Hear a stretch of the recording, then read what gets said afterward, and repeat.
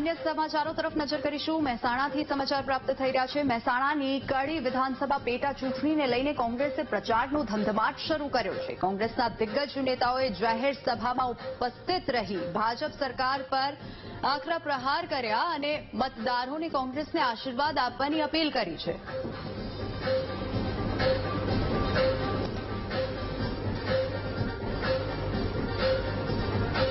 ગુજરાતમાં યુવાનો નારાજ છે, મહિલાઓ ત્રસ્ત છે, ખેડૂતો પાયમાલ થયા છે, વેપારીઓ આર્થિક રીતે સંકળામણમાં છે।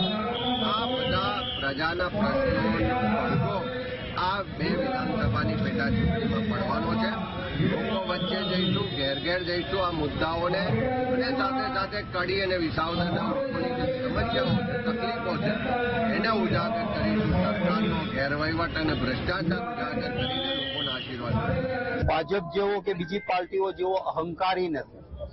અમે અમારી સકારાત્મક વાત અને સારા ઉમેદવાર સાથે જવાના છીએ। લોકોને વિનંતી કરીએ છીએ કે ભારતીય જનતા પાર્ટીનો અહંકાર આસમાને છે।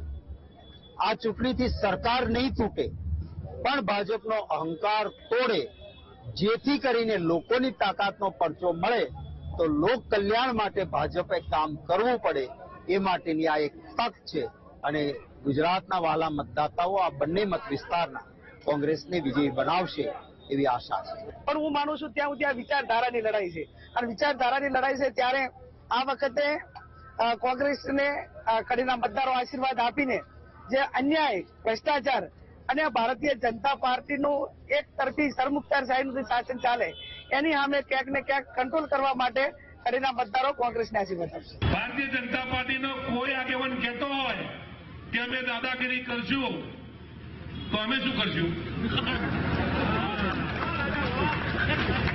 અમે ઘરમાં બેસીને ખાલી તમારી પૂજા કરીશું? જેવો જવાબ સામેથી આવશે ને એવો જવાબ અહીંથી આવવાનો છે, એની ચિંતા તમે કરતા નહીં।